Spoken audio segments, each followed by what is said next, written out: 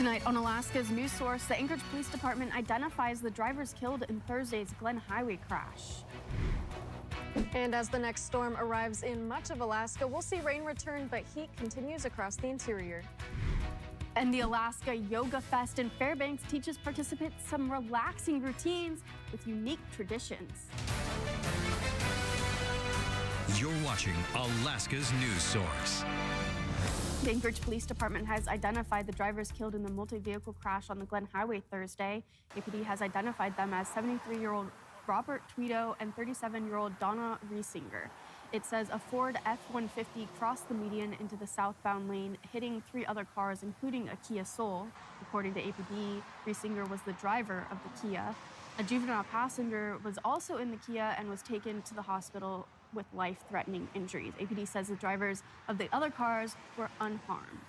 And happening right now, another crash on the Glen Highway. This one is southbound near the Fort Rich exit. APD says it is an injury collision involving a single motorcycle, and the motorcyclist did not have life-threatening injuries. It happened around 4:30 this afternoon, and we have reports that the traffic is slowly moving as of about 15 minutes ago. APD says there will be minimal closures as they clean up the scene.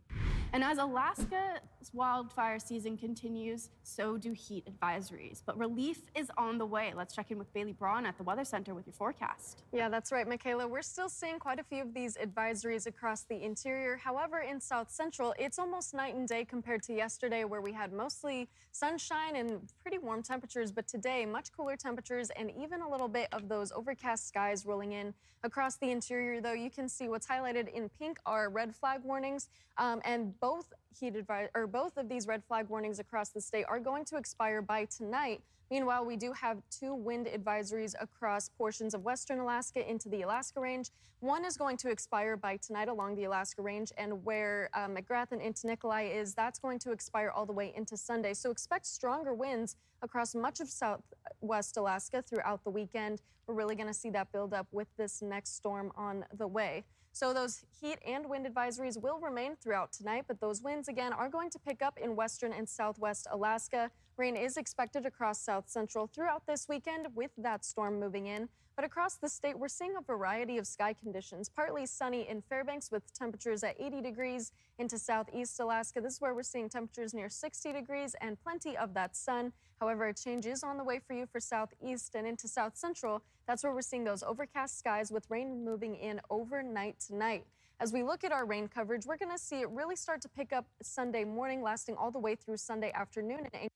What's highlighted in yellow is Fairbanks rain. You can see it's going to stay dry, which is not going to help your fire concerns. But for areas like Juneau, this is where rain is going to pick up through the overnight hours and taper off slowly into the afternoon. So for tomorrow, mostly cloudy and overcast skies for much of southeast. We'll see some of that rain moving in for much of South Central. Plenty of sunshine lasting in the interior with those warm temperatures in the 70s. And for those overnight lows, this is where we'll reach down into the low 50s and into the mid to upper 40s in many portions of the state. But I'll have all your details coming up very soon. Thank you, Bailey. When you think of yoga, you probably think of a mat and a quiet room. But in Fairbanks this weekend, the Alaska Yoga Festival is taking wellness in a lot of different directions. Adrian Peterson shows us how.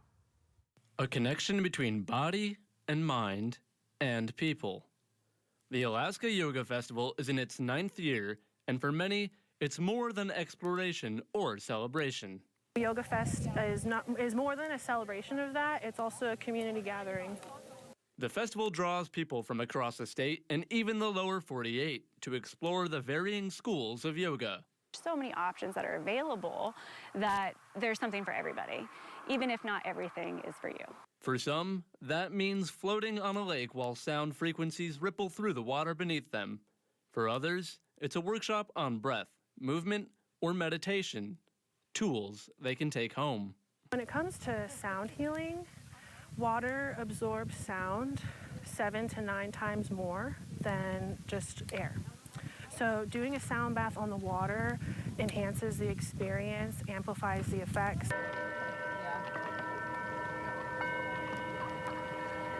Both instructors say the festival breaks people out of their routines and exposes them to teachers and traditions they'd never find in a single studio. Whether it's yoga, whether it's weightlifting, or even jiu-jitsu, everybody kind of has this lineage that they work with. And we're all drawn to something different depending on maybe our background, our lived experience, what calls to us, maybe what we connect with the most. With the festival's end, some may even take up new routines in what they call the lifestyle that is yoga. Adrian Peterson, Alaska's news source. Organizers say the event is designed for all experience levels. Thanks for listening. Click subscribe so you can get the latest podcast from Alaska's news source automatically. And stay up to date with breaking news and in-depth reporting available for free 24/7 with the Alaska's news source app.